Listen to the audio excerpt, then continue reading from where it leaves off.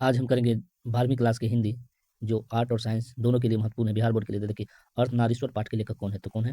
रामधारी सिंह दिनकर। रामधारी सिंह दिनकर की रचना कौन सी थी? तो थी अर्धनारीश्वर। दिनकर जी का जन्म बिहार के किस जिले में हुआ था? तो किस जिले में हुआ था? बेगूसराय में। कहाँ हुआ था? बेगूसराय में। अगला देखिए, अगला क्वेश्चन है, अर्धनारीश्वर में किस गुण का समन्वय है? तो किसका है? नारी और पुरुष दोनों का। नारी और पुरुष दोनों का। दिनकर जी की पहली काव्य पुस्तक कौन सी थी? तो दिनकर जी की पहली काव्य पुस्तक कौन सी थी? प्रणभग। अगला देखिए, दिनकर जी की पहली कविता किस पत्रिका में प्रकाशित हुई थी? तो दिनकर जी की पहली कविता किस पत्रिका में प्रकाशित हुई थी? यह हुआ था छात्र सहोदर। दिनकर जी की पहली कविता कब प्रकाशित हुई? तो यह हुआ था 1925 में। दिनकर जी की अनुसार यदि पति विचार है तो पत्नी क्या है? तो यह है भावना।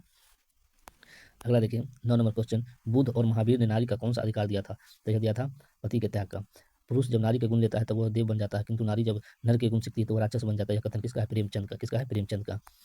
अगला देखिए, अर्धनारीश्वर किस विद्या से संबंधित है? तो यह एकांकी। कौन हो जाएगा? एकांकी होगा। अगला देखिए, क्वेश्चन है, किसने अपने जीवन में अंतिम दिनों में नारित्व को साधना की थी? तो यह किए थे कौन? गांधी जी। किसने? गांधी जी ने। अर्धनारीश्वर शंकर और पार्वती किस प्रकार का रूप है? तो यह है कल्पित। कौन सा हो जाएगा? कल्पित हो जाएगा। 14 है, प्रेमचंद के अनुसार नारी जब पुरुष का गुण सीखती है तो वो क्या हो जाती है? तो यह हो जाती है राक्षसी। 15 नंबर क्वेश्चन, निम्न में कौन सी दिनकर जी की रचना नहीं है? तो कौन नहीं है? तो ये हो जाएगा जूठन। निम्न में कौन सी रचना दिनकर जी की है? तो हो जाएगा परशुराम की प्रतीक्षा। दिनकर जी की किस दिनकर जी की किस कृति पर भारतीय ज्ञानपीठ पुरस्कार प्राप्त हुआ? तो उर्वशी। युद्ध और शांति में लिखी गई काव्य कृति है तो है कुरुक्षेत्र। अर्धनारीश्वर कल्पित रूप है। अर्धनारीश्वर कल्पित रूप है किसका? शिव और पार्वती का। शिव और पार्वती का। गंधारी थी तो गंधारी थी क्या? दुर्योधन की माँ।